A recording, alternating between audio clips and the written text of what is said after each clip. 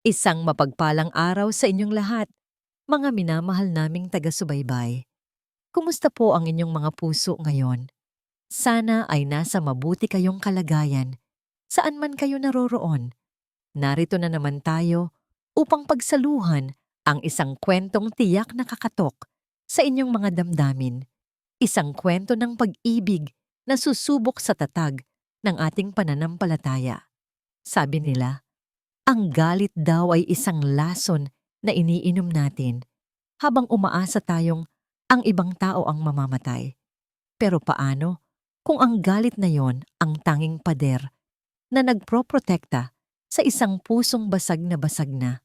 Sa araw na ito, saksihan natin kung paano ang isang simpleng malasakit ay susubukang pasukin ang isang tahanang matagal nang kinalimutan ng liwanag. Bumukas ang dambuhalang bakal na gate ng Hacienda Batubalani na may kasamang nakapangingilabot na inggit. Tila isang babala na ang sino mang pumasok ay hindi na muling makakalabas ng buo. Sa tapat ng matayog na tarangkahan, napahigpit ang hawak ni Amyanan sa luma niyang maleta. Ang hangin sa paligid ay malamig, kakaiba sa init ng tipikal na hapon sa probinsya. Tila ba ang mismong lupa ng asyendang ito ay nagluluksa? Humugot siya ng malalim na hininga, pilit na pinapakalma ang kabog ng kanyang dibdib. Kailangan niya ang trabahong ito. Para sa gamot ng nanay niya, para sa kapatid niyang nag-aaral, titiisin niya kahit ano. Sinalubong siya ni Lolo Gunita, ang matandang mayordomo na ang muka ay puno ng linyang inukit ng panahon at pag-aalala. Nakasuot ito ng unipormeng malinis ngunit halatang luma na. Tiningnan siya ng matanda mula ulo hanggang paa, hindi nang huhusga, kundi parang naaawa. Iha, basag na boses na bati ni Lolo Gunita. Sigurado ka na ba talaga sa pinasok mo? Pang-15 ka na sa mga nagtangkang magtrabaho dito ngayong taon. Ang huli, hindi man lang inabot ng tanghalian. Pilit nang ngumiti si Amyanan, kahit nanginginig ang kanyang mga tuhod. Opo, Lolo. Wala po akong karapatang sumuko. Kailangan ko po ito. Tumango lang ang matanda at iginiya siya papasok sa mansyon. Kung nakakatakot ang labas, mas nakalulunos ang loob. Napakalaki ng bahay, puno ng mamahaling kagamitan, mga antique na vase, painting na galing Europa, at chandelier na kristal. Ngunit lahat ay nababalutan ng alikabok at dilim. Ang mabibigat na kurtina ay nakasara, humaharang sa anumang sinag ng araw na magtangkang pumasok. Ang hangin ay amoy gamot, amoy luma, at amoy ng isang kalungkutan na nanuot na sa bawat sulok ng bahay. Ang trabaho mo ay simple lang, paliwanag ni Lolo Gunita habang naglalakad sila sa mahabang pasilyo na ang tanging ilaw ay nanggagaling sa maliliit na lampara sa dingding. Linisin ang kwarto ni Senyor Kisig, pakainin siya, at siguraduhing naiinom niya ang kanyang gamot. Pero tandaan mo ito, Amyanan, huwag kang titingin sa kanyang mga mata at huwag na huwag kang magsasalita kapag hindi ka tinatanong. Huminto sila sa harap ng isang pinto sa dulo ng pasilyo sa ikalawang palapag. Ito ang nag-iisang pinto na gawa sa solidong nara, mabigat at tila may sariling buhay. Nasa loob siya, bulong ni Lolo Gunita, at sa unang pagkakataon, nakita ni Amyanan ang takot sa mata ng matanda. Ihatid mo ang tanghalian niya. Good luck, Iha. Iniwan siya ng matanda. Naiwan si Amyanan na may hawak na tray ng pagkain, sopas na mainit pa at kapirasong tinapay. Nanginginig ang kanyang mga kamay nang pihitin niya ang seradura ng pinto. Pagpasok niya, para siyang pumasok sa isang kuweba. Napakadilim. Ang tanging liwanag ay galing sa siwang ng kurtinang bahagyang nakabukas. Sa gitna ng dilim, may isang bulto na nakaupo sa wheelchair. Nakatalikod sa kanya, nakaharap sa bintanang halos walang makita. Si Kisig Montesillo, ang bilyonaryong dating laman ng mga magasin, dahil sa kanyang tagumpay at kakisigan, ngayon ay isang anino na lang sa sarili niyang kaharian. Sir, mahinang tawag ni Amyanan. Halos hindi lumabas ang boses sa kanyang lalamunan. Dala ko po ang tanghalian niyo. Walang sagot. Tanging ang tunog ng aircon na humuhugong ang naririnig. Humakbang si Amyanan papalapit. Isang hakbang, dalawa. Ang bawat tapak ng sapatos niya sa sahig na kahoy ay parang kulog sa katahimikan ng kwarto. Inilapag niya ang tray sa maliit na mesa sa tabi ng wheelchair.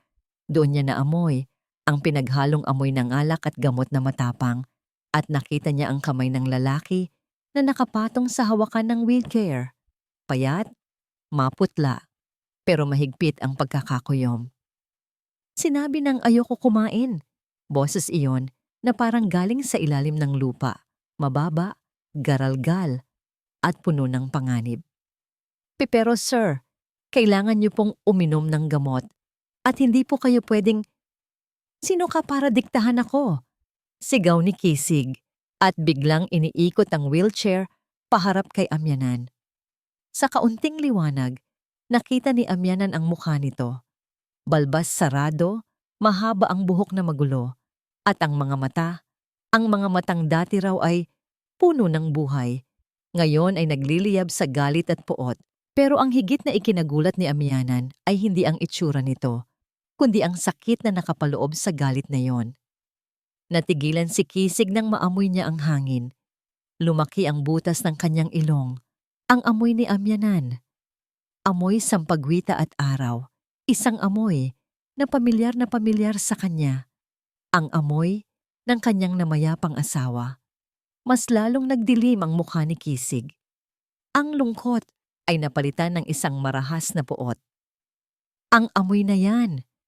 Nanggigil na bulong ni Kisig. Bakit ganyan ang amoy mo? Nanadya ka ba? Popo, hindi po sir. Ito po ang sabon na hindi na pinatapos ni Kisig ang sasabihin ninyo.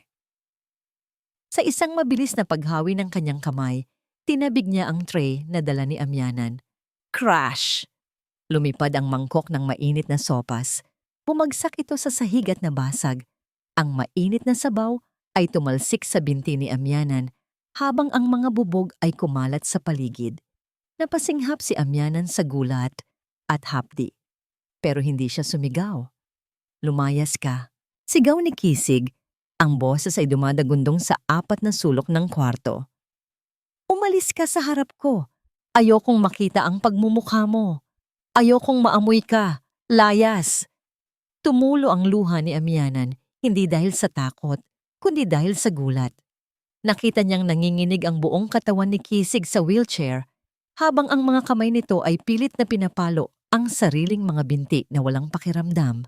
Tila sinisisi ang sarili kung bakit hindi siya makatayo para itulak si Amyanan palabas.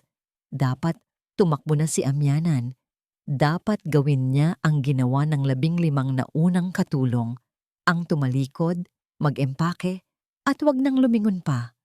Ang dugo mula sa maliit na hiwa sa kanyang binti ay nagsisimula ng tumulo.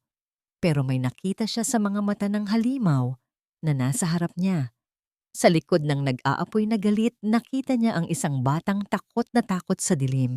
Nakita niya ang isang taong sumisigaw ng layas, pero ang isinisigaw ng puso ay tulong. Dahan-dahan, sa halip na tumakbo sa pinto, lumuhod si Amyanan. Hindi pinansin ni Amyanan ang mga bubog sa sahig. Lumuhod siya para magkapantay ang kanilang mga mata. Natigilan si Kisig. Ito ang unang pagkakataon na may hindi tumakbo palayo sa kanya. Nakatingin lang sa kanya ang babae. Ang mga mata nito ay parang lawa na payapa sa gitna ng bagyo. Sir? Mahina, ngunit matatag na sabi ni Amyanan. Pwede niyo po akong sigawan. Pwede niyo po akong saktan. Pero binayaran po ako para alagaan kayo. Kumilos si Amyanan. Dahan-dahang pinulot ang isang malaking piraso ng basag na mangkok habang nakatitig pa rin kay Kisig.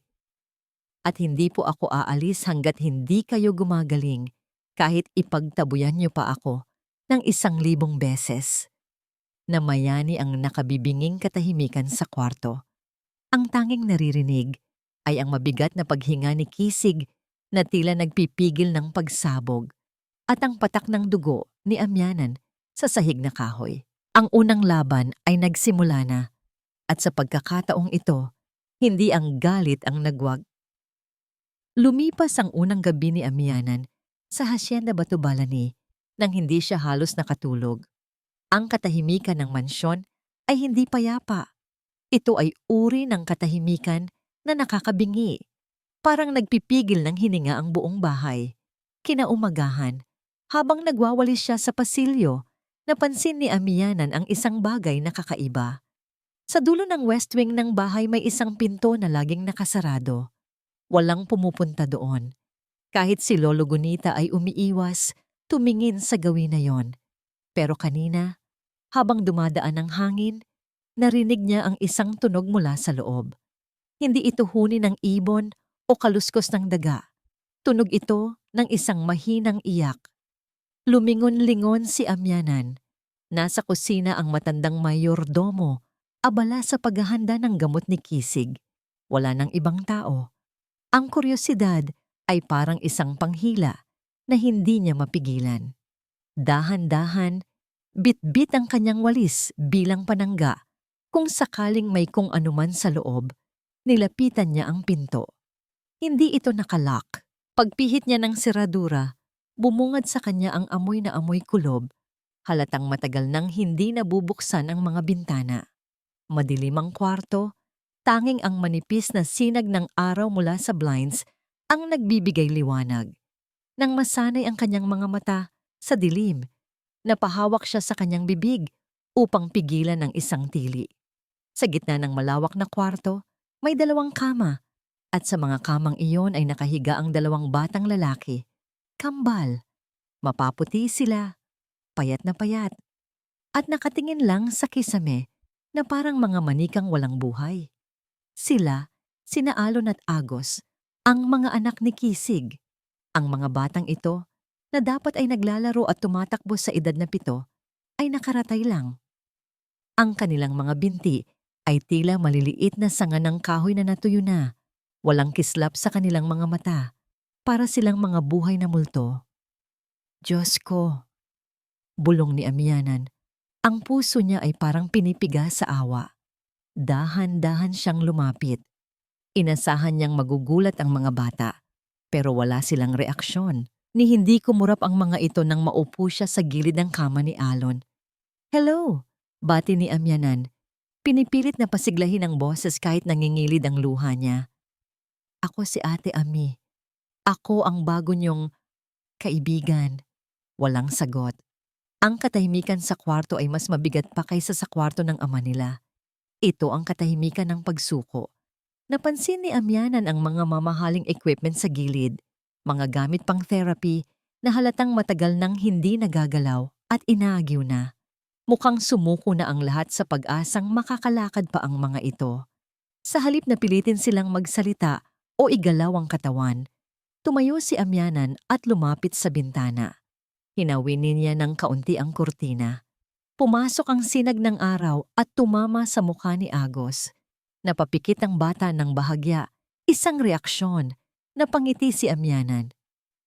"Alam niyo ba, noong bata ako, kinakantahan ako ng nanay ko kapag masakit ang katawan ko. Sabi niya, gamot daw ang musika." Umupo muli siya sa pagitan ng 2 kama. Humugot siya ng hininga at nagsimulang humuni. Isang lumang hele mula sa probinsya nila, ang hulog ng langit. "Tulog na. Mahal ko, huwag kang mangamba. Ang buwan ay tanod sa iyong pag-iisa." Ang boses ni Amyanan ay hindi boses ng isang professional singer, pero puno ito ng lambing at init. Ito ang uri ng boses na nagpapatahan sa umiiyak na sanggol. Ito ang uri ng tunog na matagal nang hindi naririnig sa Hacienda Batubalani. Habang kumakanta siya, hinawakan niya ang kamay ni Alon. Malamig ito. Hinaplos-haplos niya ito, ipinapasa ang init ng kanyang palad sa bata. Ang sugat ng kahapon ay hihilom din. Sa yakap ng umaga, ikaw ay gigising. Sa huling nota ng kanta, naramdaman ni Amyanan ang isang pitik. Tiningnan niya ang kamay ni Alon na hawak niya. Ang hintuturo ng bata. Gumalaw. Kumibot ito. Tila gustong humawak pabalik. Nakita niyo yon. Tuwang-tuwang bulong ni Amyanan. Alon, narinig mo ako. Di ba? Akmang hahaplusin niya ang buhok ng bata nang biglang bumukas ang pinto ng padabog. Blag! Napatalon si Amyanan sa gulat. Sa pintuan, nakapwesto ang wheelchair ni Kisig. Ang mukha nito ay hindi lang basta galit. Ito ay mukha ng isang taong nakakita ng multo. Ang mga mata niya ay nakatutok hindi sa kanya, kundi sa mga anak niya na nakahihiga. At sa mga matang yon, nakita ni Amyanan ang isang bagyo ng pighati, pagsisisi, at galit na pinaghalo-halo. Isang uri ng sakit na mas malalim pa sa sugat na nakikita ng mata. Sinong nagsabi sa iyong pumasok ka rito? Ang boses ni Kisig ay isang mababang dagundong, mas nakakatakot kaysa sa sigaw niya kahapon. Sir, pasensya na po. Narinig ko po kasing may... Bakit mo sila ginagalaw? Putol niya sa sasabihin ni Amyanan. Ang mga kamay niya ay mahigpit na nakakuyom sa gulong ng kanyang wheelchair. Bakit mo sila ginigising sa kanilang kapayapaan? Kapayapaan? Naguluhan si Amyanan. Ito ba ang tawag niya sa kalagayan ng mga bata? Isang buhay na walang emosyon, walang galaw? Sir, hindi po. Lakas loob na sagot ni Amyanan. Gumalaw po ang daliri ni Alon. Nakita ko po. Narinig niya ang kanta ko. Sa pagbanggit ng kanta, mas lalong nagdilim ang anyo ni Kisig para siyang sinaksak. Ang kantang yan. Halos pabulong na sabi niya. Ang bawat salita ay puno ng lason. Saan mo natutunan ang kantang yan? Huwag mo sabihing, hele po yan sa amin sa probinsya, sir. Kinakanta po ng karapatan lang ng asawa ko ang kumanta niyan sa kanila. Sigaw niya, ang boses ay sa wakas ay sumabog. Puno ng sakit na matagal nang kinikimkim. Nakita ni Amyanan ang pangingilid ng luha sa mga mata nito bago ito muling napalitan ng puot. Umabante ang wheelchair ni Kisig. Ang gulong ay lumilikha ng nakakakabang tunog sa sahig na kahoy. Huminto ito sa mismong harap ni Amyanan. Nakita niya ang pag-angat ng tingin nito mula sa mga bata patungo sa kanya. Huwag! Mo! Silang! Hahawakan! Mariin niyang sabi. Mga paalala sila ng aking kabiguan. Mga sirang manika na hindi na kailanman maaayos. At ikaw, huwag kang umarteng, kaya mo silang pagalingin. Sa halip na matakot, awa ang naramdaman ni Amyanan. Awa para sa isang amang labis na nasasaktan, kaya't mas pinipili niyang ituring na patay na ang sariling mga anak. Hindi po sila basura, sir. Matatag niyang sagot. Ang boses ay nanginginig sa pigil na emosyon. Mga anghel po sila na nasaktan. Itinayo ni Amyanan ang kanyang sarili. Hinarangan ang mga bata mula sa tingin ng kanilang ama, isang di sinasadyang kilos ng pagprotekta. Ang ginawa niyang yon, ang tila huling patak na nagpaapaw sa baso ng galit ni Kisig. Para sa kanya, inaagaw ni Amyanan ang karapatan niya, kahit ang karapatang maging miserable kasama ang mga anak niya. Wala kang alam, sigaw niya. At sa isang mabilis at marahas na kilos, itinaas niya ang kanyang kanang kamay, handang sampalin ang babaeng sumuway sa lahat ng kanyang utos. Napapikit si Amyanan, hinihintay ang pagtama ng palad sa kanyang mukha. Pero hindi ito dumating. Sa halip, isang maliit at garalgal na boses ang pumunit sa nakabibinging katahimikan ng kwarto. Pa! Pa! Natigilan ang kamay ni Kisig sa ere. Ang buong mundo ay tila huminto sa pag-ikot. Nanlaki ang kanyang mga mata. Hindi makapaniwala sa narinig. Lumingon siya sa kama kung saan nanggaling ang boses.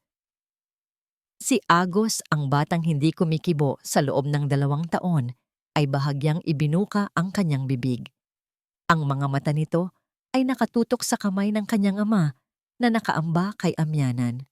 Muli itong nagsalita, mas malinaw ng kaunti. Papa! Ang salitang iyon, "Papa, wag." Para itong isang maliit na batong ibinato sa isang lawa na 2 taon nang hindi natitinag. Gumawa ito ng alon. Isang alon na yumugyog sa buong pagkatao ni Kisig Montisilio. Ang kamay niyang nakaambas sa ere ay dahan-dahang bumagsak sa kanyang kandungan. Walang lakas. Ang nag-aalab na galit sa kanyang mga mata ay napalitan ng pagkabigla ng isang disoryentasyon na halos ikahilo niya. Totoo ba ang narinig niya? O gawa-gawa lang iyon ng isip niyang pagod na sa pagdurusa? Tumingin siya kay Agos, ang anak niyang parang estatwa sa loob ng 2 taon. Ngayon, ang mga labi nito ay bahagyang nakaawang at ang mga mata nito sa kauna-unahang pagkakataon ay hindi nakatitig sa kawalan. Nakatitig ito sa kanya. Isang bahagi ng puso ni Kisig ang gustong sumigaw sa tuwa. Gustong gumapang palabas ng wheelchair para yakapin ang anak niya. Ngunit ang bahaging iyon ay matagal nang nakakadena sa ilalim ng makapal na pader ng galit at pagsisisi. Ang nangibabaw ay ang kanyang pride, ang kanyang nasaktang ego. Bakit ngayon lang? Bakit sa harap pa ng estrangherang ito? Ang babaeng may amoy ng kanyang nakaraan. Ang babaeng sumuway sa lahat ng utos niya. Hindi niya kayang ipakita ang kahinaan sa harap nito. Hindi ngayon. Lumabas ka. Utos niya kay Amyanan. Ang boses niya ay mahina, pero puno ng bigat. Isang utos na hindi na kailangang ulitin. Naintindihan ni Amyanan. Tumango siya, binigyan ng isang huling sulyap na puno ng pag-aalala ang mga bata. At tahimik na lumabas ng silid. Isinara ang pinto sa kanyang likuran. Naiwan si Kisig kasama ang 2 anino ng kanyang mga anak. Ang salitang papa ay umalingaw-ngaw sa bawat sulok ng silid, sa bawat sulok ng kanyang isipan. Hindi ito tunog ng tagumpay. Tunog ito ng isang akusasyon. Isang paalala sa lahat ng araw na wala siya para sa kanila.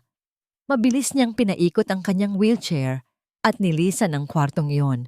Tila ba hinahabol siya ng multo ng sarili niyang pangalan. Bumalik siya sa kanyang lungga, sa kanyang madilim na kwarto. Doon, ibinuhos niya ang isang baso ng brandy at ininom ito ng isang lagukan. Pero hindi kayang patayin ng alak ang tinig ng kanyang anak sa kanyang isipan. Kasalanan niya ito, ang bulong ng kanyang demonyo. Kung hindi dahil sa babaeng iyon, mananatili silang tahimik. Mananatili silang ligtas sa sakit. Hating gabi na nang sa wakas ay makatulog si Kisig, isang tulog na puno ng bangungot. Nagising siya sa liwanag ng umaga na tumatama sa kanyang mukha. Nasanay na siyang laging madilim ang kwarto niya. Bumangon siya at nakita niyang bahagyang nakabukas ang kurtina. At sa mesa sa tabi niya, may isang tray ng almusal, isang mangkok ng mainit na lugaw, at isang basong tubig na may gamot sa tabi. Hindi ito ang karaniwang pagkain na inihahain sa kanya. Ito ay pagkain ng isang taong may sakit, pagkain na may kasamang pag-aalaga. Alam niyang si Amyanan ang may gawa nito. Isang parte niya ang gustong ihagis muli ang pagkain sa sahig, ngunit hindi niya magawa. Tinitigan niya lang ang lugaw na umuusok pa. Ilang taon na nga ba simula nang may nag-alala sa kanya ng ganito? Pinindot niya ang intercom na konektado sa kwarto ng mga security. Bantayan ninyo ang babaeng yan. Bawat kilos niya, gusto kong malaman. Huwag ninyong hahayaang lumapit sa kwarto ng mga bata. Utos iyon ng isang amo, pero sa ilalim nito, naroon ang tinig ng isang lalaking nalilito. Kinahapunan, habang nakatitig siya sa labas ng bintana, isang gawain na paulit-ulit niyang ginagawa. Araw-araw, isang itim at eleganteng kotse ang pumarada sa harap ng mansyon. Bumukas ang pinto at lumabas ang isang babaeng nakasuot ng itim na dress na hapit sa katawan. Suot ang malalaking sunglasses na parang artista. Si Banyaga Valderrama, ang kapatid ng kanyang namayapang asawa. Oh darling! Bati ni Banyaga pagpasok niya sa kwarto ni Kisig nang walang katok-katok. Ang boses niya ay matamis. pero may pait. Parang pulot na may lason. I heard may bago ka na namang laruan. Ika-16 na, di ba? You're breaking records, aren't you? Hindi sumagot si Kisig. Sanay na siya sa mapanuyang dila ni Banyaga. Linggo-linggo itong dumadalaw, hindi para kumustahin siya, kundi para ipaalala sa kanya ang kanyang kalagayan, para siguraduhing hindi pa siya bumabangon. Naupo si Banyaga sa isang silyang balat. Inilabas ang isang mamahaling sigarilyo at sinindihan ito. So, anong klaseng basura ang pinulot ni Manong Gunita this time? Probinsyana na naman ba? Mukhang yan ang type mo. Yung mga walang alam at madaling utuin. Sakto namang pumasok si Amyanan. Dala ang merienda para kay Kisig. Natigilan siya nang makita si Banyaga. Tiningnan ni Banyaga si Amyanan mula ulo hanggang paa. Ang mga mata ay puno ng paghamak. So, this is the one. Ano to, charity case? Mukhang hindi man lang marunong magsuklay. Sa bagay, ano pa bang aasahan mo sa isang hamak na utusan? Yumuko lang si Amyanan. Inilapag ang tray sa mesa at akmang aalis na. Sandali! Pigil ni Banyaga. Ang boses ay matigas. Linisin mo ang sapatos ko. Nadumihan sa labas. Natigilan si Amyanan. Tumingin siya kay Kisig, naghihintay ng utos. Pero nanatiling tahimik si Kisig. Ang mga mata ay nakapikit. Tila walang naririnig. Isa itong pagsubok. Gusto niyang makita kung hanggang saan ang kayang tiisin ng babaeng ito. Nakatayo lang si Amyanan.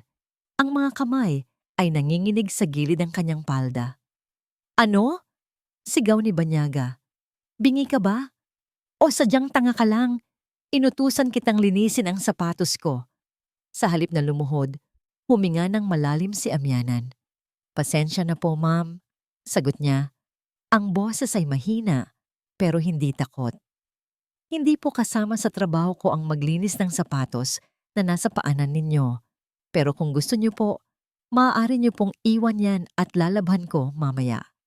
Nanlaki ang mga mata ni Banyaga sa gulat. Walang sino man, lalo na ang isang katulong, ang sumasagot sa kanya ng ganoon. How dare you? Nakatayo si Banyaga, akmang sasampalin si Amyanan. Ngunit bago pa man niya magawa iyon, isang boses ang pumigil sa kanya. Tama na, Banyaga. Dumilat si Kisig. Ang mga mata niya ay nakatutok kay Banyaga, malamig at mapanganib. Huwag kang gagawa ng iskandalo sa bahay ko. Pero Kisig, nakita mo ang ginawa niya. She disrespected me. Narinig ko. Simpleng sagot ni Kisig. At narinig ko rin ang sinabi niya. Tama siya. Hindi niya trabaho yan. Tumingin siya kay Amyanan. Makaalis ka na. Nagmadaling lumabas si Amyanan. Ang puso ay kumakabog ng malakas. Naiwan ang dalawa sa silid. Ang nangiti sa mukha ni Banyaga ay nawala. Napalitan ng isang mapanganib na tingin. Pinagtatanggol mo siya? Hindi makapaniwalang tanong ni Banyaga. Isang katulong. Pinagtatanggol mo laban sa akin, sa kapatid ng asawa mo. Umuwi ka na, Banyaga. Pagod na, sabi ni Kisig. Ipinipihit ang kanyang wheelchair patalikod. Wala ako sa mood makipagtalo sa'yo. Tumayo si Banyaga. Ang kanyang mga mata ay parang mata ng isang ahas. Lumapit siya sa likuran ng wheelchair ni Kisig at bumulong. Ang bawat salita ay may diin. Mag-ingat ka, Kisig. Baka ang ahas na pinapasok mo sa pamamahay mo ay hindi lang simpleng ahas. Baka yan ang tutuklaw sa'yo nang hindi mo namamalayan. Hindi na sumagot si Kisig, pero pagkaalis ni Banyaga, napakuyom ang kanyang kamao. Ang katahimikang matagal niyang iningatan sa kanyang mundo ay unti-unti nang nagigiba at hindi niya alam kung dapat ba niya itong katakutan o pasalamatan. Isang linggo na ang lumipas mula nang maganap ang sagupaan ni na Amyanan at Banyaga. Sa loob ng mga araw na yon, may unti-unting nagbabago sa Hacienda Batubalani. Hindi na kasing dilim ng dati ang mga pasilyo. Binubuksan na ni Amyanan ang mga bintana tuwing umaga. Hinahayaang pumasok ang sariwang hangin at ang awit ng mga ibon mula sa labas. Si Kisig, bagamat masungit pa rin, hindi na siya nagbabato ng pinggan. Minsan, nahuhuli siya ni Amyanan na nakatitig sa lugaw na inihahanda niya. Tila ba tinitimbang kung kakainin ba ito o hindi. Pero sa huli, laging malinis ang mangkok na ibinabalik sa kusina. Ngayong umaga, may mas malaking plano si Amyanan. Lolo Gunita, sigurado po ba kayo? Bulong ni Amyanan habang tinutulungan ang matanda na linisin ang masukal na hardin sa likod ng mansyon. Iha, mahigit 2 taon na siyang hindi tumatapak dito. Sagot ni Lolo Gunita habang nagtatabas ng mga tuyong baging. Dito sila huling naging masaya ng asawa niya at ng mga bata. Pero tingnan mo, pati ang mga rosas, namatay na sa lungkot. Ngumiti si Amyanan. Huwag po kayong mag-alala, Lolo. May buhay pa ang lupang ito. Kailangan lang nating paalalahanan. Buong umaga silang nagtrabaho. Nagtanim sila ng mga bagong punla ng sampagita at dilaw na santan. Nilinis nila ang lumang fountain hanggang sa muling dumaloy ang tubig nito. Higit sa lahat, inilabas ni Amyanan ang 2 maliit na upuan para kina Alon at Agos. Nang sumapit ang hapon, pumasok si Amyanan sa kwarto ni Kisig. Nakita niya itong nakatitig na naman sa dingding. "Sir," masiglang tawag ni Amyanan.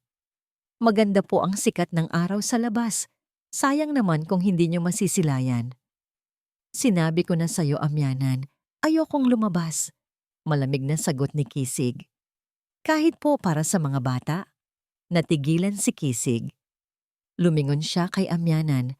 Ang kanyang mga mata ay naniningkit. "Anong kinalaman ng mga bata rito?" "Nasa labas po sila, sir. Kasama ni Lolo Gunita. Ngayon lang po sila nakalabas sa 4 na sulok ng kwarto nila." At alam niyo po ba, nakangiti si Agos habang pinapanood ang mga paru-paro. Nakita ni Amyanan ang paggalaw ng Adam's apple ni Kisig. May malaking lamat na nabubuo sa pader na itinayo nito sa kanyang puso. Nang walang imik, inihanda ni Kisig ang kanyang wheelchair. Isang senyales na pumapayag siya. Dahan-dahang itinulak ni Amyanan ang wheelchair ni Kisig patungo sa elevator at palabas sa malawak na garden. Nang bumukas ang pinto patungo sa likod bahay, tila ba tumigil ang mundo para kay Kisig. Ang amoy ng basang lupa at bagong pitas na sampagwita ay humalik sa kanyang mukha. Narinig niya ang tawa. Isang mahina at gurgling na tawa mula kay Alon habang sinusubukang abutin ang wisik ng tubig mula sa fountain. "Sir, tingnan niyo sila," bulong ni Amyanan, nakatayo sa likuran ng wheelchair ni Kisig. Hindi nakapagsalita si Kisig. Ang kanyang mga kamay ay nanginginig sa hawakan ng kanyang wheelchair. Sa unang pagkakataon sa loob ng mahabang panahon, nakita niya ang kanyang mga anak, hindi bilang mga sirang manika, kundi bilang mga batang may buhay pa. Lumapit si Amyanan sa harap ni Kisig. Lumuhod siya sa damuhan, walang pakialam kung madumihan ang kanyang uniforme. Kinuha niya ang isang panyo at dahan-dahang pinunasan ang pawis sa noo ni Kisig. Nagtagpo ang kanilang mga mata.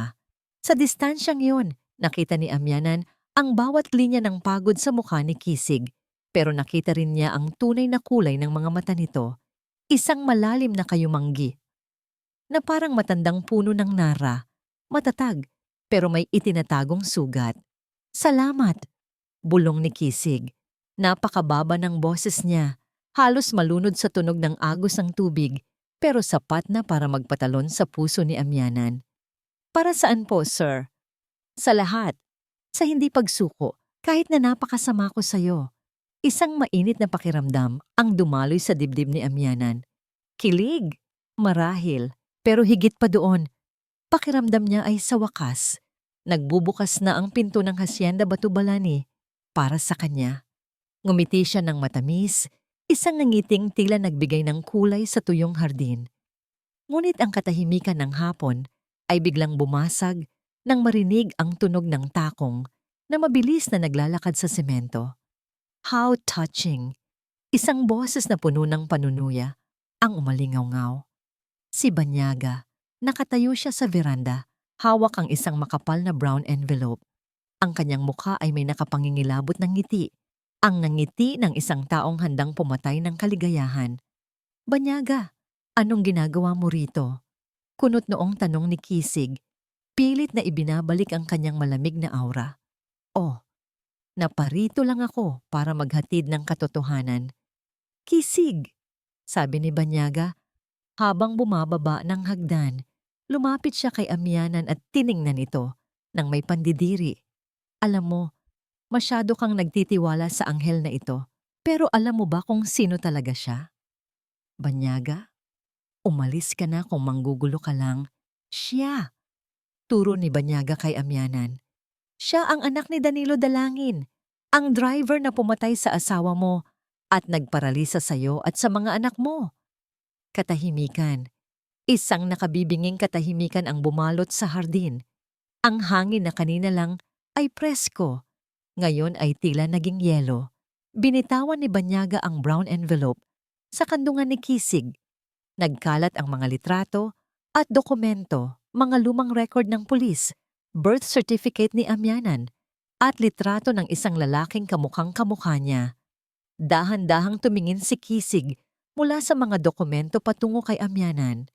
Ang lambot na nakita ni Amyanan sa kanyang mga mata kanina ay naglaho ng parang bula, napalitan ng isang nanlilisik na galit at matinding pandidiri. Amyanan, garalgal ang boses ni Kisig. Totoo ba ito? Nanginig ang labi ni Amyanan.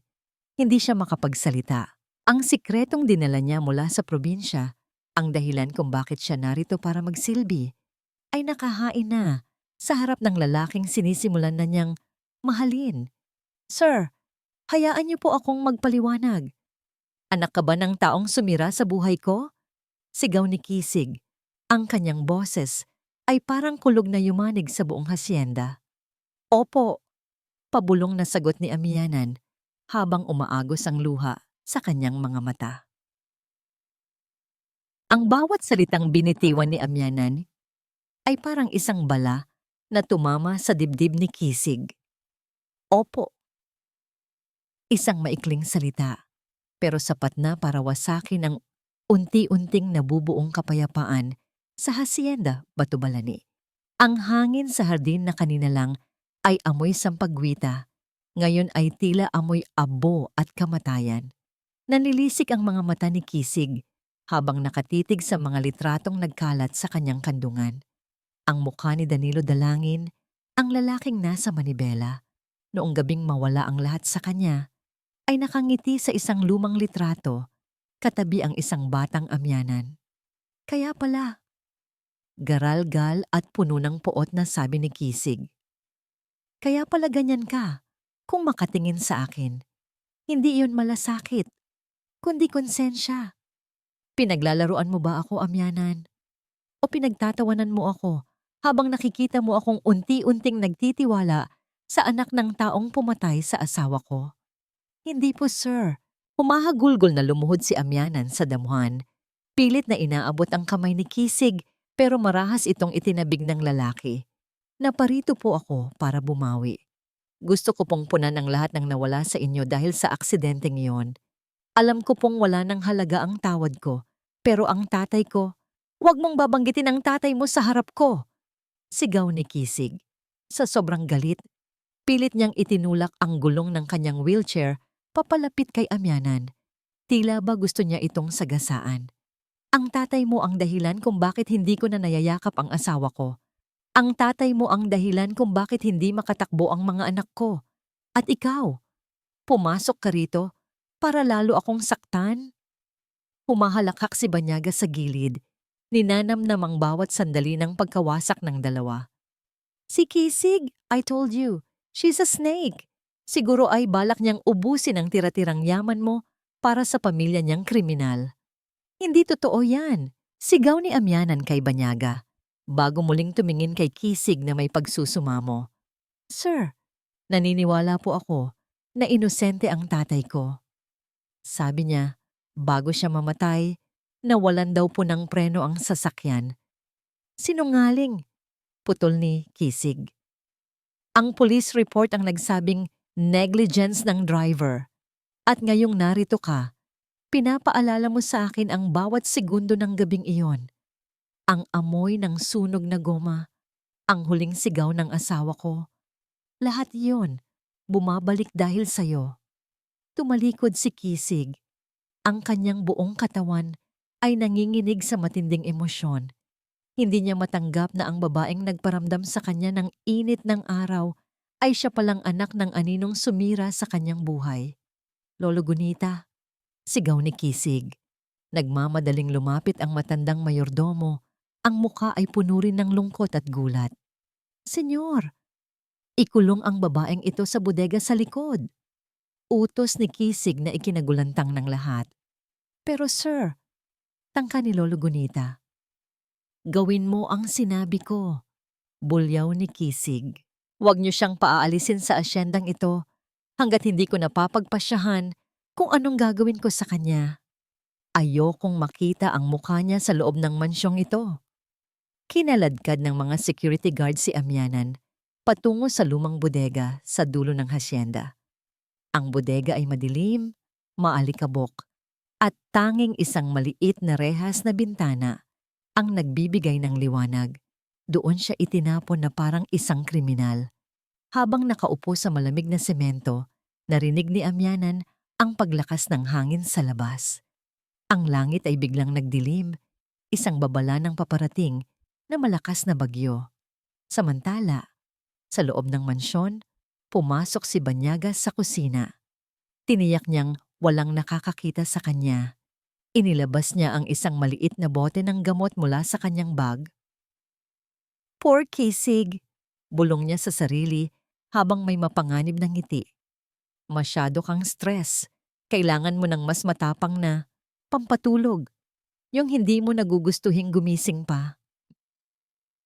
Mabilis niyang hinaluan ng maintenance medicine ni Kisig ng maling gamot. Sa labas, ang unang patak ng ulan ay bumagsak, mabigat, malamig at puno ng banta. Biglang isang malakas na kulog ang yumanig sa buong hasyenda Batubalani. Kasunod nito ang isang nakapangingilabot na tili mula sa itaas na palapag, ang kwarto ng mga bata. Papa, Ate Ami, Saklolo! Ang sigaw ni na Alon at Agos ay humalo sa tunog ng nagngangalit na hangin. Ang baha ay nagsisimula nang pumasok sa mga siwang ng bahay at ang kuryente ay biglang namatay. Sa dilim ng bodega, napahawak si Amyanan sa rehas. Alon! Agos! Sigaw niya, pero ang boses niya ay nilamon ng bagyo. Nagsisimula na ang tunay na baha at ang tunay na panganib. Ang bodega ay naging isang madilim na bitag. Sa labas, ang hangin ay humuhugong na parang isang gutom na hayop. Kinakalos ang mga puno at tinitibag ang mga bubong ng hasyenda Batubalani. Pero sa loob, ang mas nakakatakot ay ang tubig na nagsisimulang pumasok sa ilalim ng pinto. Alon! Agos! Sigaw ni Amyanan habang hinahampas ang mabigat na pintong nara. Ang kanyang mga kamao ay sugat-sugat na, pero hindi niya ito nararamdaman. Ang tanging nasa isip niya ay ang mukha ng mga bata at ang lupaypay na anyo ni Kisig. Nang umabot na sa kanyang tuhod ang tubig, napagtanto ni Amyanan na walang darating na tulong. Si Lolo Gunita ay matanda na at ang ibang mga tauhan ay abala sa pagliligtas ng kani-kanilang sarili. Lumingon-lingon siya sa dilim hanggang sa mahagip ng kanyang kamay ang isang kalawanging tubong bakal sa sulok. Gamit ang lahat ng kanyang lakas at ang galit na nagmumula sa kanyang pagnanais na protektahan ang mga taong mahal niya, iwinasiwas niya ang bakal sa rehas ng bintana. Kalang, kalang. Sa ikasampung hampas, bumigay ang semento. Mabilis na umakyat si Amyanan at lumabas sa maliit na siwang, walang pakialam kung naggasgas ang kanyang balat sa matatalim na dulo ng bakal. Paglabas niya, sinalubong siya ng hagupit ng ulan na parang mga karayom na tumutusok sa kanyang balat. Halos hindi niya maidilat ang kanyang mga mata. Ang mansyon, na dati ay matayog at mapagmataas, ngayon ay mukhang isang malaking libingan sa gitna ng baha. Kumari pa siya ng takbo. Ang tubig sa paligid ay lampas kiwal na at puno ng mga dumi at sanga ng puno. Nang makarating siya sa loob ng bahay, mas malala ang sitwasyon. Ang unang palapag ay lubog na sa tubig. Ate Ami, Ate Ami! Narinig niya ang boses mula sa itaas. Mabilis siyang umakyat sa West Wing. Natagpuan niya sina Alon at Agos na nakaupo sa ibabaw ng kanilang mga kama, habang ang tubig ay unti-unti nang umaakyat sa kutsyon. Takot na takot sila. Ang kanilang maliliit na katawan ay nanginginig sa ginawa't takot. Narito na si ate, hikbi ni Amyanan habang niyayakap ang dalawa. Huwag kayong matakot. Ililipat ko kayo sa itaas. Isa-isang binuhat ni Amyanan ang mga bata.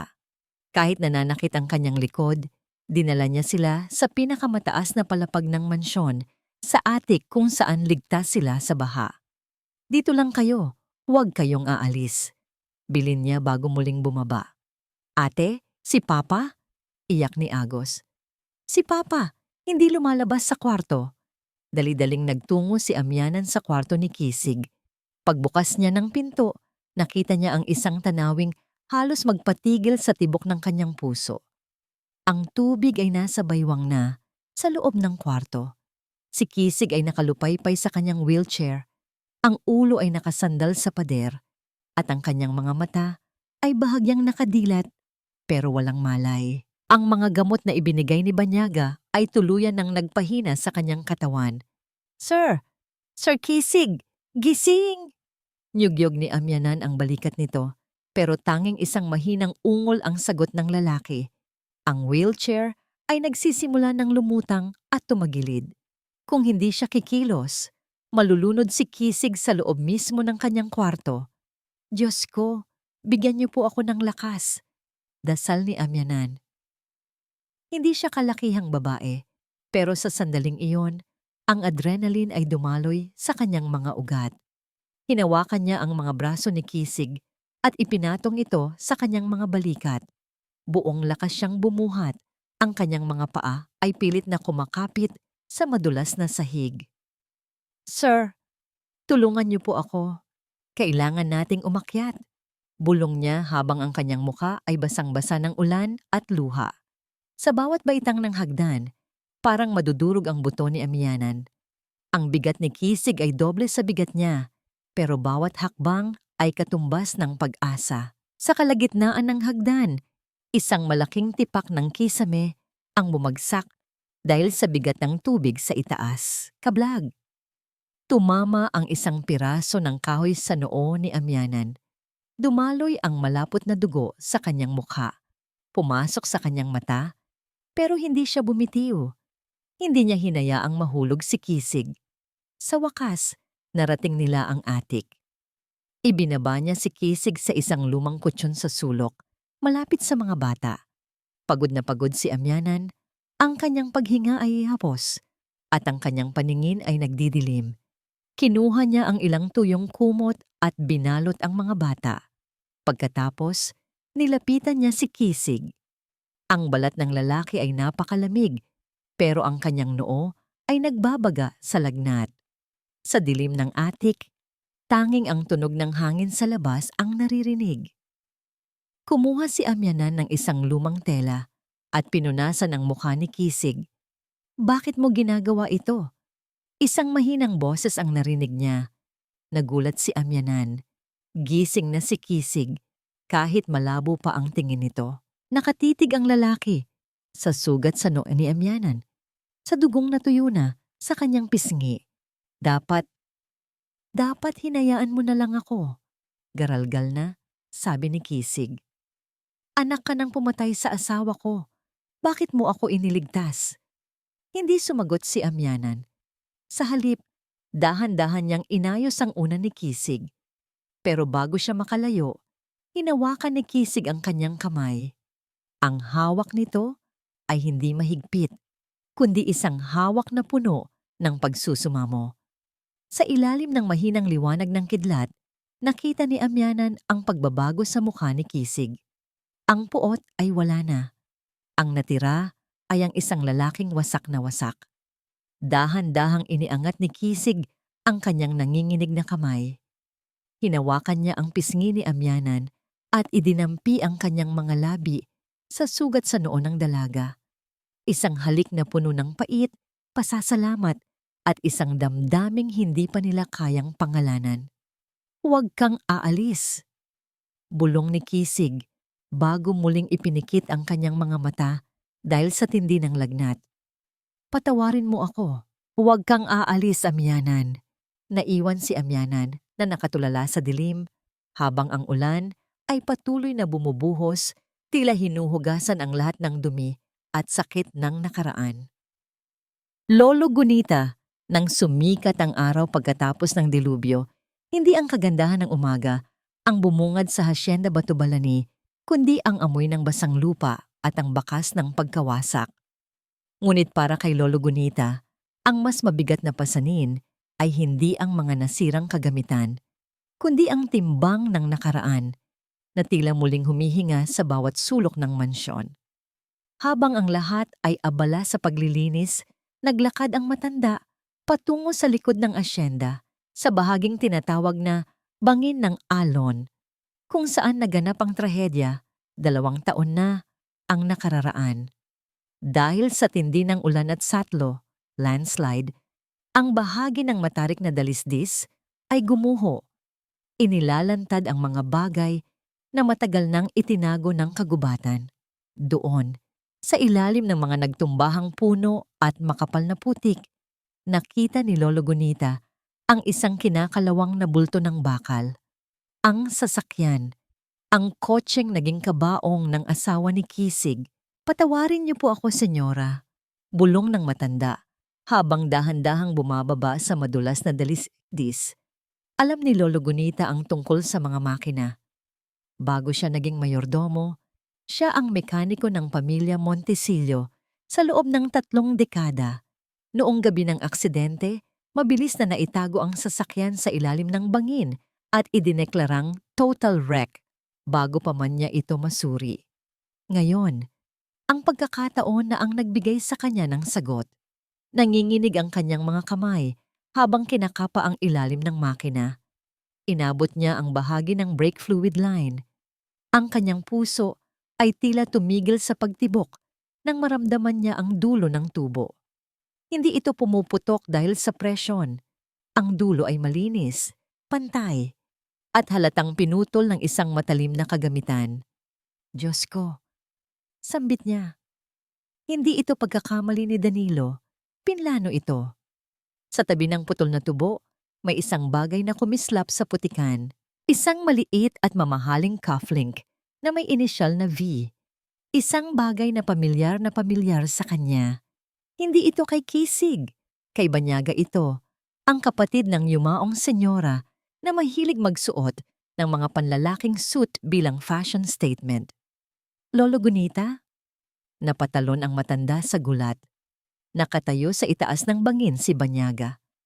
Kahit katatapos lang ng bagyo, maayos ang kanyang hitsura, nakasuot ng bota at hawak ang isang payong na tila ba namamasyal lang siya sa parke. Ngunit ang kanyang mga mata ay hindi nakangiti. "Ano pong ginagawa niyo dyan sa putikan? Masyado na kayong matanda para maglaro sa dumi," sabi ni Banyaga. Ang boses ay malambing, pero may talim ng isang patalim. Mabilis na ibinulsa ni Lolo Gunita ang cufflink. "Wala po, Ma'am Banyaga. Sinisiyasat ko lang ang pinsala ng bagyo." Sinisiyasat? O naghahanap ng mga bagay na dapat ay nananatili ng baon sa lupa? Dahan-dahang bumaba si Banyaga. Ang bawat hakbang niya ay tila isang banta. "Alam niyo, Lolo, ang mga taong masyadong matalas ang mata ay madalas na nadisgrasya. Sayang naman ang katapatan niyo sa pamilyang ito kung matatapos lang sa isang accident." "Ano pong ibig ninyong sabihin?" Matapang na tanong ni Lolo Gunita, kahit na ang kanyang tuhod ay nanginginig na. "Ibig ko pong sabihin, ang katotohanan ay parang baha. Mapaminsala kapag hinayaan mong kumalat," sabi ni Banyaga habang nasa tapat na siya ng matanda. "Ibigay niyo sa akin ang nakuha niyo." "Wala po akong nakuha." Isang mabilis na kilos ang ginawa ni Banyaga. Hinablot niya ang baston ni Lolo Gunita at itinulak ang matanda ng malakas. Dahil sa dulas ng putik, nawalan ng balanse si Lolo Gunita at nahulog ng pabaligtad. Ang kanyang ulo ay tumama sa isang malaking bato. "Lolo!" Isang tinig ang sumigaw mula sa malayo. Si Amyanan. Katatapos lang niyang asikasuhin si Kisig at papunta sana siya sa garden nang makita ang eksena mula sa malayo. Tumakbo siya ng mabilis, pero huli na. Nakita ni Amyanan si Banyaga na malamig na nakatitig sa duguhang katawan ni Lolo Gunita. Bago pa makalapit si Amyanan, mabilis na dinampot ni Banyaga ang cufflink na nalaglag mula sa bulsa ng matanda. "Amyanan, mabuti at narito ka," sabi ni Banyaga. Ang muka ay biglang nagbago at naging bakas ng pag-aalala. "Bilisan mo! Tumawag ka ng tulong!" Nadulas si Lolo Gunita at nahulog. Napaka-clumsy talaga ng matandang ito. Napatigil si Amyanan. Tumingin siya kay Lolo Gunita na wala ng malay at tumingin kay Banyaga. Nakita niya ang isang bahid ng putik sa kamay ni Banyaga na hindi tumutugma sa kwento nito.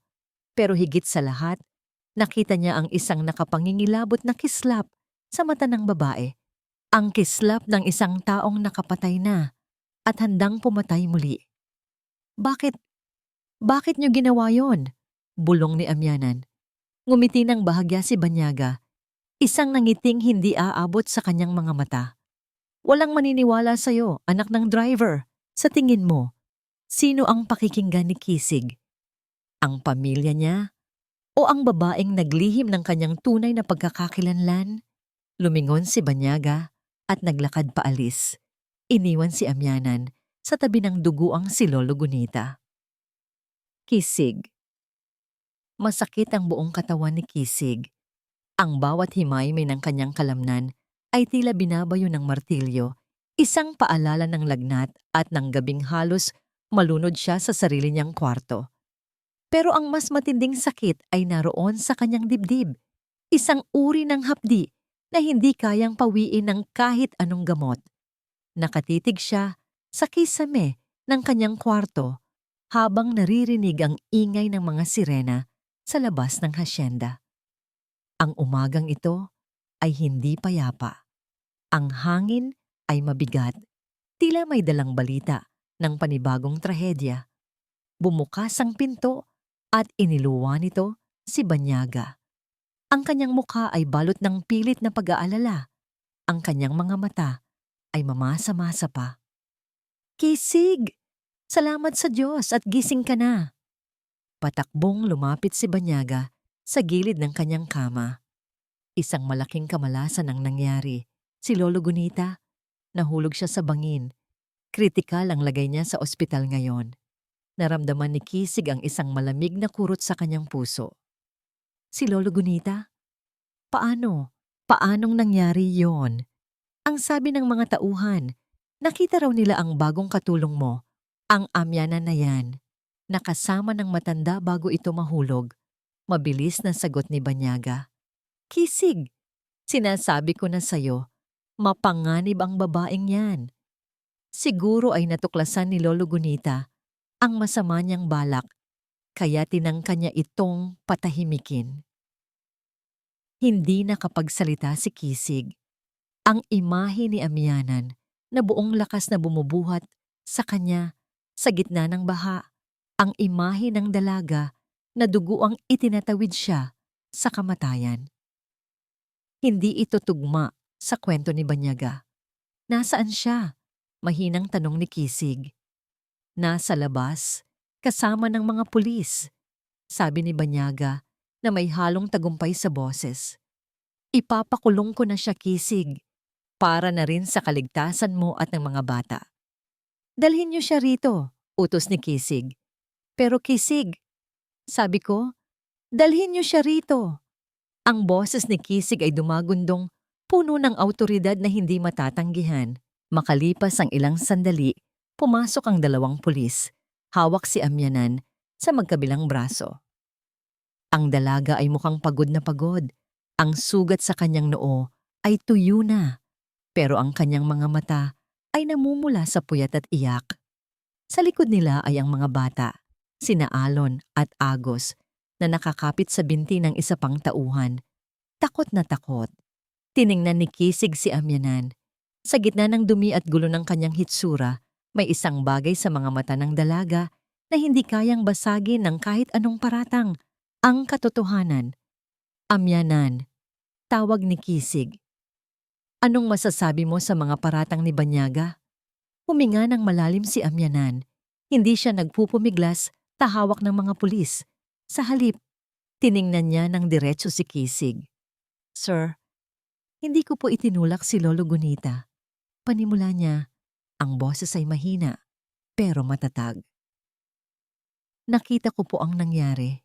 Nakita ko po si Ma'am Banyaga na itinulak siya pagkatapos makakita ni Lolo Gunita ng isang bagay mula sa kotseng na aksidente 2 taon na ang nakararaan. Sinungaling! Sigaw ni Banyaga. Akmang sasampalin si Amyanan, pero hinarangan ito ng tingin ni Kisig. Ituloy mo, Amyanan, sabi ni Kisig. Inilabas ni Amyanan ang isang maliit na tela mula sa kanyang bulsa, ang piraso ng lace na nakuha niya mula sa kuko ni Lolo Gunita. Ito po ang nakuha ko sa kamay ni Lolo. Galing po ito sa suot ni Ma'am Banyaga kahapon. At bago po siya nawalan ng malay, may sinabi po siya tungkol sa preno ng sasakyan niyo na hindi po ito aksidente. Nagkaroon ng nakabibinging katahimikan. Ang mga pulis ay nagkatinginan. Si Banyaga ay namutla. Ang kanyang mga labi ay nanginginig sa galit at takot. Gawa-gawa lang yan. Isa kang anak ng kriminal. Bakit ka paniniwalaan ng kahit sino rito? Bulyaw ni Banyaga. Kisig, papayagan mo ba siyang siraan ang sarili mong pamilya? Nakatitig lang si Kisig kay Amyanan. Naalala niya ang gabing nawala ang kanyang asawa. Naalala niya ang sakit. At tiningnan niya si Banyaga, ang babaeng palaging naroon para paalalahanan siya sa kanyang kapansanan. Ang babaeng palaging nagtutulak sa kanya sa kadiliman. Dahan-dahang ikinilos ni Kisig ang kanyang wheelchair papalapit kay Amyanan. Ang lahat ay nakatingin, naghihintay kung kakampi ba siya sa kanyang kadugo o sa babaeng nagligtas sa kanya. Huminto si Kisig sa tapat ni Amyanan. Inabot niya ang kamay ng dalaga at kinuha ang piraso ng lace. Pagkatapos, tumingin siya sa mga pulis. Bitawan niyo siya, utos ni Kisig. Pero Sir Kisig, ang sabi po ni Ma'am Banyaga. Sinabi ko, bitawan niyo siya, sigaw ni Kisig. Ako ang amo sa asyendang ito at naniniwala ako sa kanya. Laking gulat ni Banyaga. Ang kanyang plano ay gumuho sa isang saglit. Nakita niya ang pagbabago sa mukha ni Kisig. Hindi na ito ang lalaking mahina at madaling manipulahin. Ang apoy sa mga mata ni Kisig ay muling nagliyab. Banyaga, tawag ni Kisig. Ang boses ay kasing lamig ng yelo. Lisanin mo ang bahay na ito. Ngayon din, bago ko pa maisipang ipasuri ang lahat ng gamot na ibinigay mo sa akin. Nanlaki ang mga mata ni Banyaga. Alam niyang talo na siya, pero ang isang taong desperado ay walang kinatatakutan. Akala mo ba tapos na tayo, Kisig? Bulong ni Banyaga, ang kanyang boses ay puno ng lason. Kung hindi ka mapapa sa akin at kung hindi ko makukuha ang yaman mo, walang makikinabang nito. Bago pa man makakilos ang mga pulis, mabilis na tumakbo si Banyaga patungo sa mga bata. Sa isang iglap, nahablot niya ang maliit na si Agos. Isang matalim na letter opener ang kinuha niya mula sa mesa at itinutok sa leeg ng bata. Huwag kayong lalapit! Sigaw ni Banyaga habang paatras na naglalakad patungo sa pinto ng beranda. Isang hakbang niyo, hinding-hindi na muling magsasalita ang batang ito. Agos, sigaw ni Kisig, pilit na itinatayo ang kanyang sarili mula sa wheelchair. Pero muli siyang napaupo dahil sa kahinaan ng kanyang mga binti. Ma'am, huwag po. Maawa kayo sa bata. Pagsusumamo ni Amyanan, ngumiti ng nakapangingilabot si Banyaga. See you in hell, Kisig! Mabilis na tumakbo si Banyaga palabas, Bit-bit ang umiiyak na si Agos patungo sa rooftop ng mansyon. Ang hangin sa rooftop ng mansyon ay malakas at malamig, humahampas sa bawat sulok ng matarik na bubong. Sa gilid ng semento, nakatayo si Banyaga. Hawak ang umiiyak na si Agos. Ang kanyang mga mata ay dilat na dilat, puno ng baliw na determinasyon. Sa ilalim nila ay ang matigas na semento ng courtyard. Isang bagsak lang at tapos ang lahat. Banyaga, huwag, parang awa mo na. Sigaw ni Amyanan habang dahan-dahang lumalapit. Ang kanyang mga kamay ay nakataas bilang tanda ng pagsuko. Huwag kang lalapit, katulong. Bulyaw ni Banyaga, mas lalong idiniin ang letter opener sa leeg ng bata. Nakuha niyo na ang lahat sa akin. Ang tiwala ni Kisig, ang yaman ng pamilyang ito. Hinding-hindi ko hahayaang maging masaya kayo. Sa likuran ni Amyanan, bumukas ang pinto ng rooftop. Iniluwan nito si Kisig, ngunit hindi siya naka-wheelchair. Siya ay gumagapang sa sahig. Ang kanyang mga braso ay nanginginig sa pagsusumikap na hilahin ang kanyang paralisadong katawan. Ang kanyang mukha ay basang-basa ng pawis at luha. Ang kanyang mga tuhod ay nagagasgas na sa semento. Banyaga, hirap na tawag ni Kisig. Ako na lang. Kunin mo na ang lahat. Ang asyenda, ang pera, ibigay mo lang sa akin ang anak ko. Tumawa ng nakapangingilabot si Banyaga. Huli na, Kisig. Masyado ka nang nabulag ng babaeng yan. Kung hindi ka mapapa sa akin, sisiguraduhin kong habang buhay kang magdadalamhati. Biglang kumidlat ng malakas, nagbibigay ng panandali ang liwanag sa madilim na rooftop. Sa gulat ni Banyaga, bahagya siyang nadulas sa basang semento. Ngayon na, sigaw ni Amyanan. Kumaripas ng takbo si Amyanan patungo kay Banyaga. Hindi siya nag-isip sa sarili niyang kaligtasan. Nang akmang itutulak ni Banyaga si Agos pababa, sinalo ni Amyanan ang bata at niyakap ito ng mahigpit gamit ang sariling katawan bilang panangga. Nagpumigla si Banyaga at itinulak si Amyanan. Dahil sa dulas ng bubong, nawalan ng balanse si Amyanan habang yakap si Agos. Papunta sila sa gilid ng bangin ng rooftop. Agos, Amyanan! Ang sigaw ni Kisig ay tila pumunit sa langit. Sa sandaling iyon, ang takot na mawala ang lahat, ang kanyang mga anak, at ang babaeng nagturo sa kanya muling mabuhay, ay mas naging matimbang kaysa sa anumang kapansanan. Isang matinding kuryente ang tila dumaloy sa kanyang mga binti. Isang hapdi na parang sinusunog ang kanyang mga ugat. At isang himala ang naganap. Sa harap ng mga nanunuring mata ng mga pulis at tauhan na kararating lang, unti-unting naitukod ni Kisig ang kanyang mga paa. Ang kanyang mga binti na 2 taon nang walang buhay ay nanginig, bumaluktot. Ngunit sa huli ay tumuwid. Isang hakbang, masakit. Pangalawang hakbang, nakakanginig. Pangatlong hakbang. Sa isang mabilis na lundag na hindi akalaing magagawa ng isang taong paralisado, naabot ni Kisig ang laylayan ng damit ni Amyanan bago pa ito tuluyang mahulog sa gilid. Hinila niya sila pabalik ng buong lakas, isinandal sa kanyang dibdib, habang siya mismo ay napaluhod sa pagod. Papa! Iyak ni Agos, nakayakap ng mahigpit sa leeg ng kanyang ama. Nagawa niyo po, sir.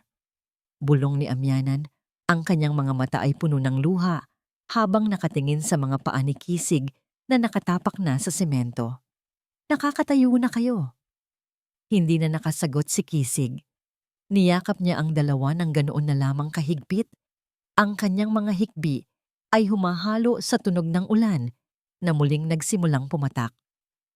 Samantala, si Banyaga ay mabilis na sinunggaban ng mga pulis. Wala na siyang laban. Ang kanyang mukha ay balot ng hindi makapaniwalang tingin habang nakikita ang pamilyang sinubukan niyang wasakin na ngayon ay buong-buo sa harap niya. Hindi ito maaari. Hindi! Hiyaw ni Banyaga habang kinakaladkad siya paalis. Ngunit ang pansin ni Kisig ay wala na sa kanya. Tumingin siya kay Amyanan. Ang kanyang kamay ay dahan-dahang humawak sa pisngi ng dalaga. "Salamat, Amyanan," bulong ni Kisig. Ang boses ay puno ng emosyon. "Salamat sa pagpapakita sa akin na hindi pa huli ang lahat." Ngunit habang nagaganap ang masayang tagpong ito, biglang nanghina ang katawan ni Amyanan. Ang matinding pagod, ang sugat sa noo, at ang trauma ng nagdaang mga oras ay tuluyan ng sumingil. "Amyanan! Amyanan!" Tawag ni Kisig nang mapansin niyang pumikit ang mga mata ng dalaga at lumaylay ang ulo nito sa kanyang balikat. Ang amoy ng antiseptic at ang puting dingding ng ospital ay hindi na bago kay Kisig. Ngunit sa pagkakataong ito, hindi siya nakaupo sa wheelchair. Hawak niya ang dalawang tungkod. Ang kanyang mga binti ay nanginginig sa bawat hakbang. Ngunit ang bawat sakit na nararamdaman niya ay tila isang parusa na malugod niyang tinatanggap. Tumigil siya sa tapat ng kwarto ni Amyanan. Nakita niya ang dalaga sa loob, mahimbing na natutulog. Maputla ito, may benda sa noo, pero ang mukha nito ay payapa na. Para kay Kisig, ang babaeng ito ang nagsilbing anghel na pilit kumatok sa saradong pinto ng kanyang puso hanggang sa ito ay tuluyang mabuksan. "Senyor Kisig!" Lumingon si Kisig. Isang nurse ang lumapit sa kanya. May dalang balita mula sa intensive care unit. "Gising na po si Lolo Gunita. Hinahanap po kayo." Mabilis, hanggat kaya ng kanyang nanghihinang mga binti, nagtungo si Kisig sa ICU. Nakita niya ang matandang mayordomo, nakakabit sa maraming aparato, pero ang mga mata nito ay gising at malinaw. "Lolo?" Bulong ni Kisig habang hinahawakan ang kamay ng matanda. "Salamat sa Diyos at gising na kayo." "Senyor." Mahina ang boses ni Lolo Gunita, hirap magsalita dahil sa oxygen mask. Ang katotohanan, kailangan niyong malaman." "Alam ko na, Lolo. Alam ko nang pinagtangkaan ni Banyaga ang buhay niyo." "Hindi lang yon."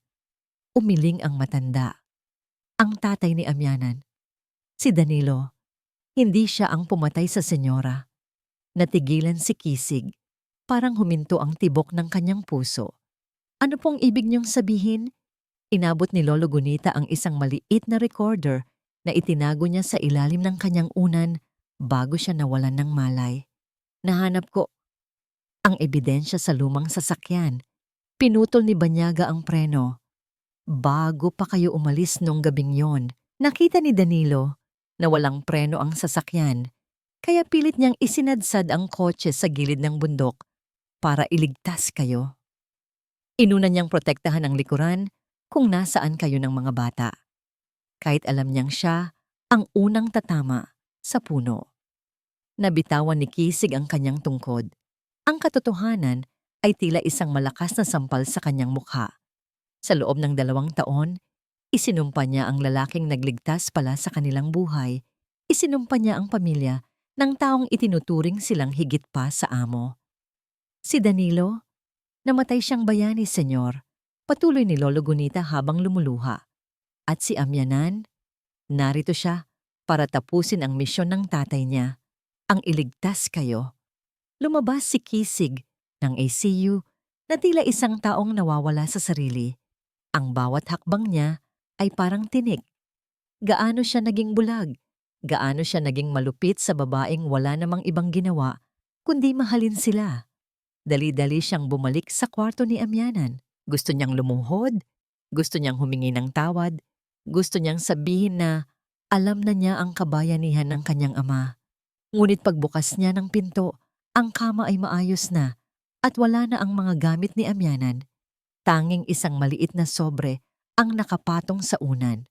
Binuksan ni Kisig ang sobre na nanginginig ang mga kamay. "Sir Kisig," ang sulat ay may bakas ng natuyong luha. "Ligtas na po kayo. Ligtas na ang mga bata. Naisagawa ko na po ang pangako ko sa aking tatay, ang siguraduhing muli kayong makakatayo at makakangiti. Pero alam ko po, opo, na sa tuwing titingin kayo sa akin, ang naaalala nyo ay ang sakit ng nakaraan. Ayoko na pong maging dahilan ng inyong lungkot. Uuwi na po ako sa aming probinsya. Patawarin niyo po ako sa paglilihim ko. Mahal na mahal ko po kayo at ang mga bata. Paalam na po. Hindi, amyanan, huwag. Sigaw ni Kisig sa loob ng bakanteng kwarto. Tumakbo siya palabas ng ospital, hindi alintana ang sakit ng kanyang mga binti na muling bumibigay. Ngunit ang kalsada ay puno na ng sasakyan at ang bus na patungo sa Hilaga ay kanina pa nakaalis. Naiwan si Kisig sa gitna ng ulan. Hawak ang sulat na tanging alaala ng babaeng nagbigay sa kanya ng bagong buhay. Bumalik ang lahat sa dati para kay Amyanan, o yun ang pilit niyang pinaniniwalaan. Sa maliit na nayon ng sinagtala, ang simoy ng hangin ay amoy palay at basang lupa, malayo sa amoy ng gamot at lumang alaala sa Hacienda Bato Balani. Dito, ang tanging ingay ay ang tilaok ng manok sa umaga at ang tawanan ng mga kapitbahay. Pero sa bawat pagpikit ng kanyang mga mata, ang nakikita niya ay hindi ang luntiang bukid, kundi ang dalawang batang naghahanap ng yakap at ang isang lalaking may malalim na tingin. Isang buwan na ang lumipas. Ang kanyang nanay ay maayos na ang kalagayan dahil sa perang naipadala niya. Sapat na dapat iyon para maging masaya siya.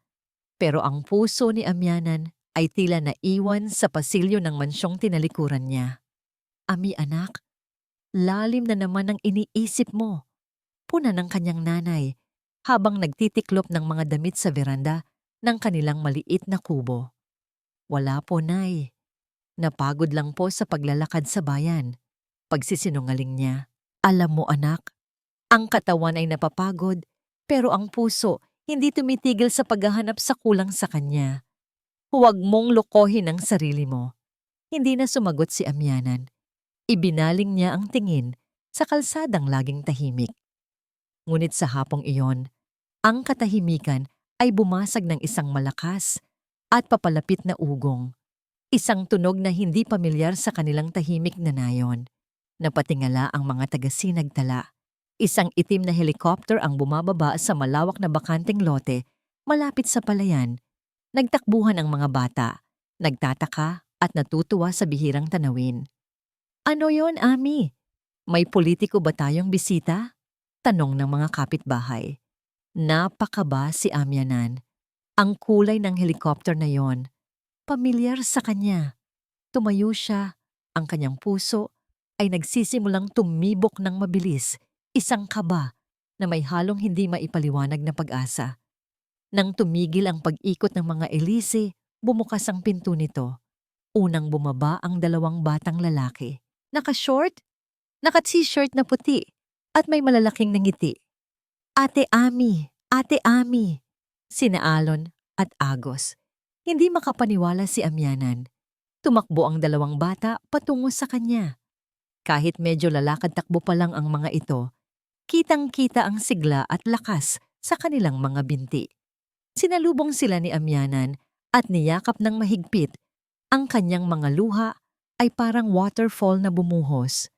Alon, Agos, paano? Bakit kayo narito? Hikbi niya. Hinahanap ka namin, ate.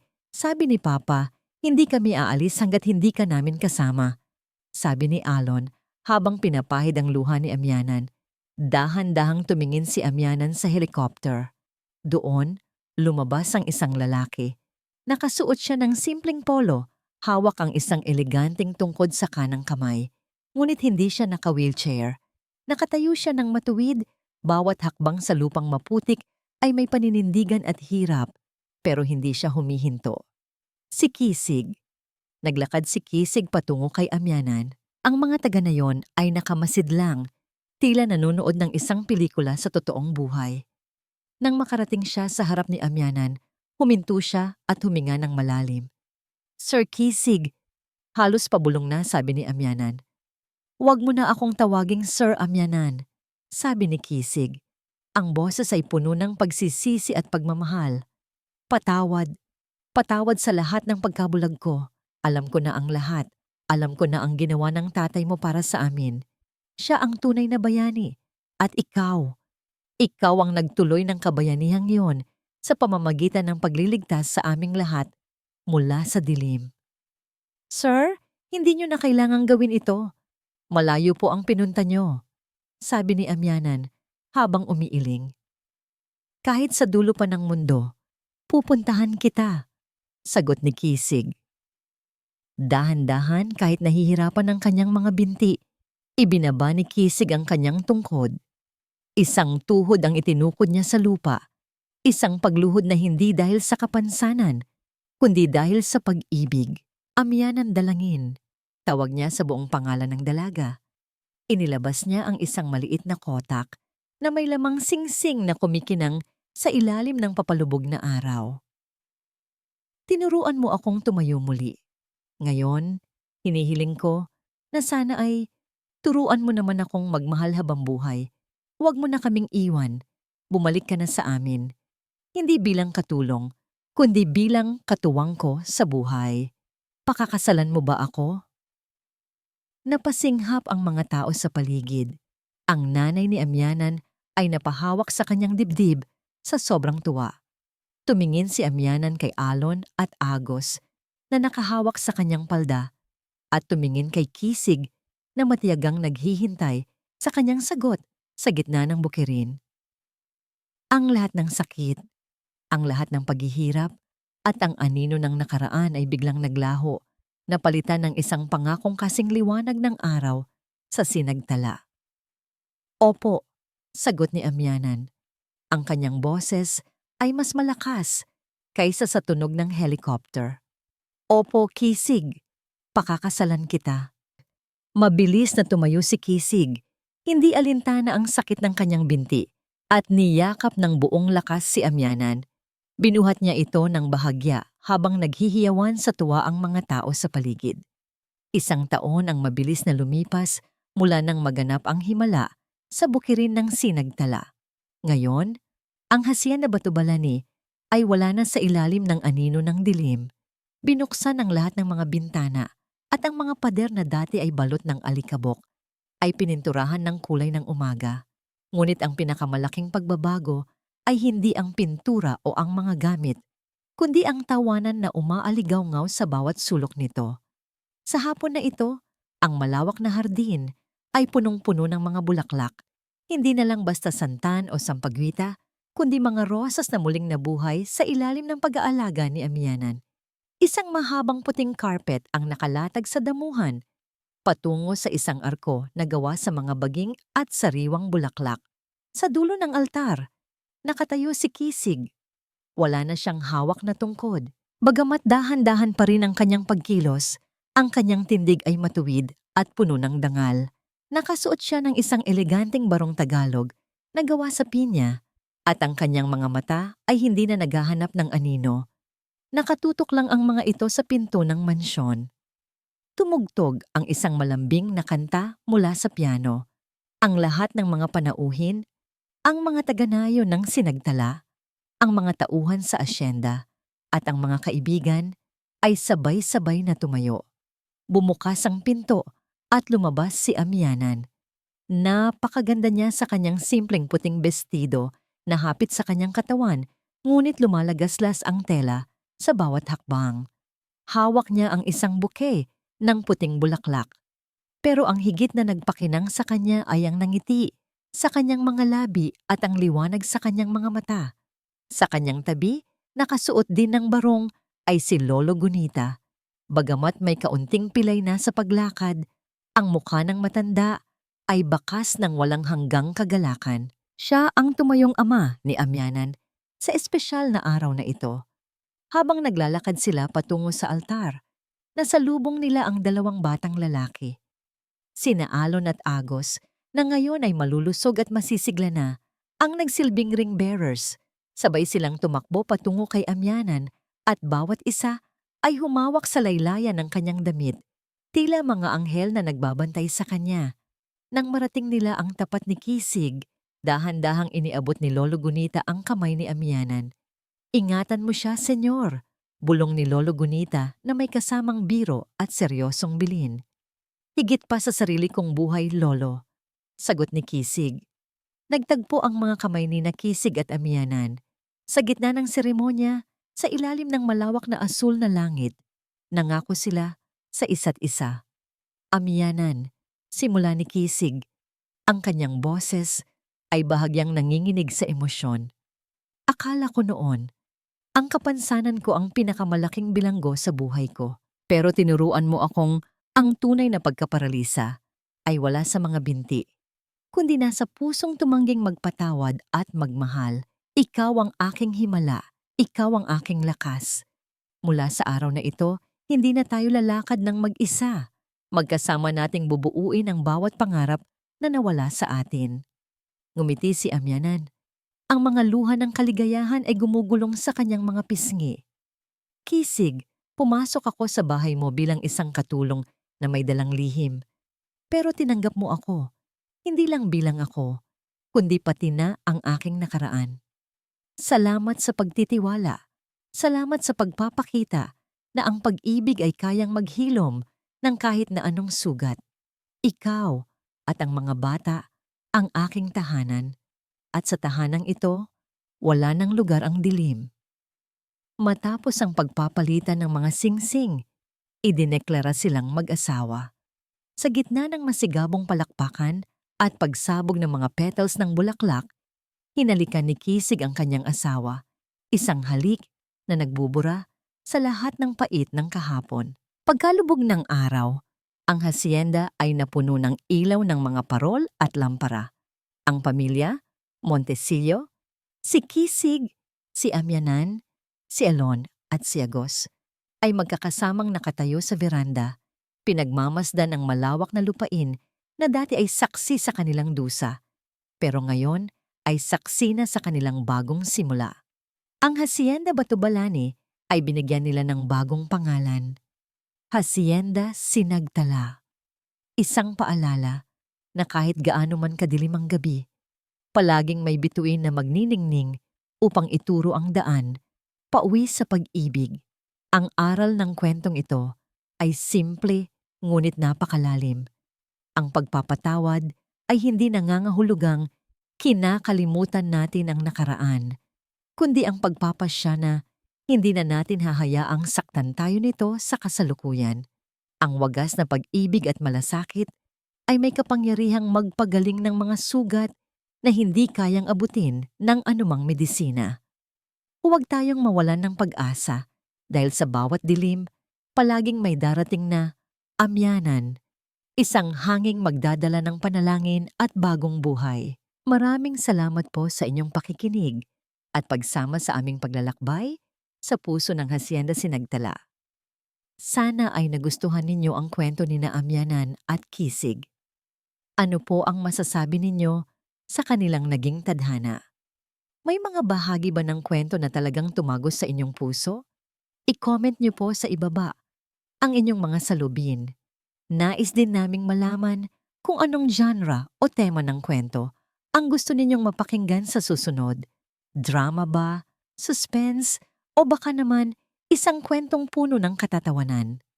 Ang inyong mga mungkahi ang nagbibigay sa amin ng inspirasyon. Hindi dito nagtatapos ang ating paglalakbay. Marami pa pong kwentong kasing ganda at mas puno ng aral dito sa aming channel. Kung nagustuhan nyo ang kwentong ito, i-like, i-share sa pamilya at mga kaibigan, at mag-subscribe na rin para lagi kayong updated sa mga susunod pa naming kwento. I-click nyo ang notification bell para kayo ang unang makarinig kapag may bago kaming upload. Pagpalain po kayo ng Panginoon, kayo at ang inyong buong pamilya. Hanggang sa muli!